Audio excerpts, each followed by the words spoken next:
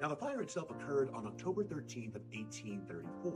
It would start with a rather simple manner. Well, there was fires going inside some of the fireplaces to keep the house warm, and one of them would shoot sparks that would go way up the chimney until it landed on what was then the wooden roof of the mansion, which would quickly catch fire, the fire spreading itself across the roof.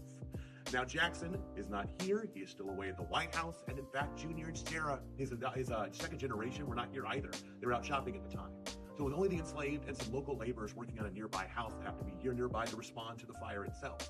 They began to kind of work on a rescue brigade, trying to save what things they could on the sides and the first floor of the house, which included a lot of the original silverware, the books, and some of the furniture too.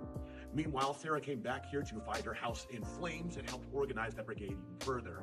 They saved what they could and were able to manage to extinguish the fire before the house was destroyed by any means, but a lot of damage was done, especially up here to the second floor of the mansion, which a lot of things were destroyed, including the fact that many of Rachel's letters she had sent to her husband, Andrew Jackson, over his military career and other years were lost, which means we don't really have very many of them yet left to really show us what she thought about many things through her life personally.